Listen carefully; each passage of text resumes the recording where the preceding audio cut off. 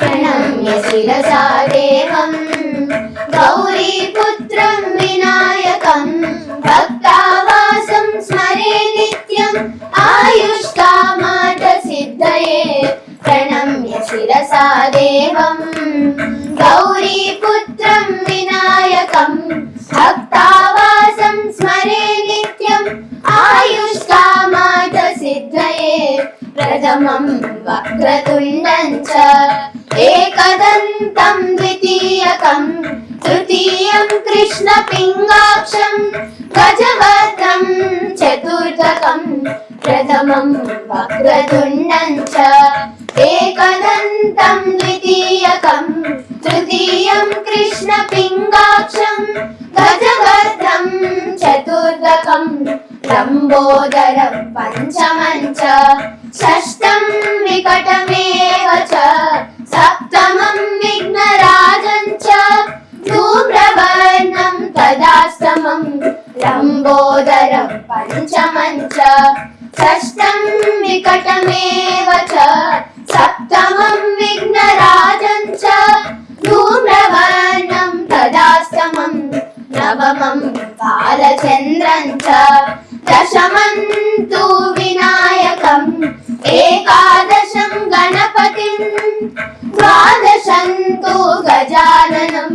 नवमं बालचन्द्रं च दशमं तु विनायकं एकादशं गणपतिं द्वादशं तु गजाननं।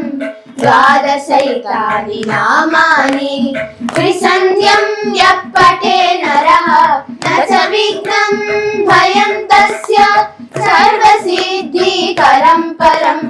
द्वादशैतानि नामानि त्रिसन्ध्यं यः पठे नरः न च विघ्नं भयं तस्य सर्वसिद्धिकरं परम्। विद्यार्थी लभते विद्यां धनार्थी लभते धनं पुत्रार्थी लभते पुत्रान् मोक्षार्थी लभते गतिम्। विद्यार्थी लभते विद्यां धनार्थी लभते धनं पुत्रार्थी लभते पुत्रान् मोक्षार्थी लभते गतिम्।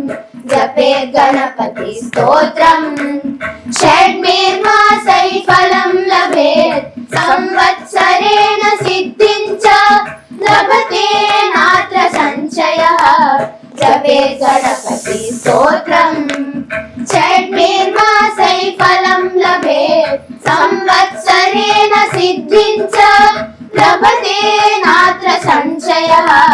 अष्टभ्यो ब्राह्मणेभ्यस्य लिखित्वा यः समर्पयेत् तस्य विद्या भवेत् सर्व गणेशस्य प्रसादतः। अष्टभ्यो ब्राह्मणेभ्यस्य लिखित्वा यः समर्पयेत् तस्य विद्या भवेत् सर्व गणेशस्य प्रसादतः।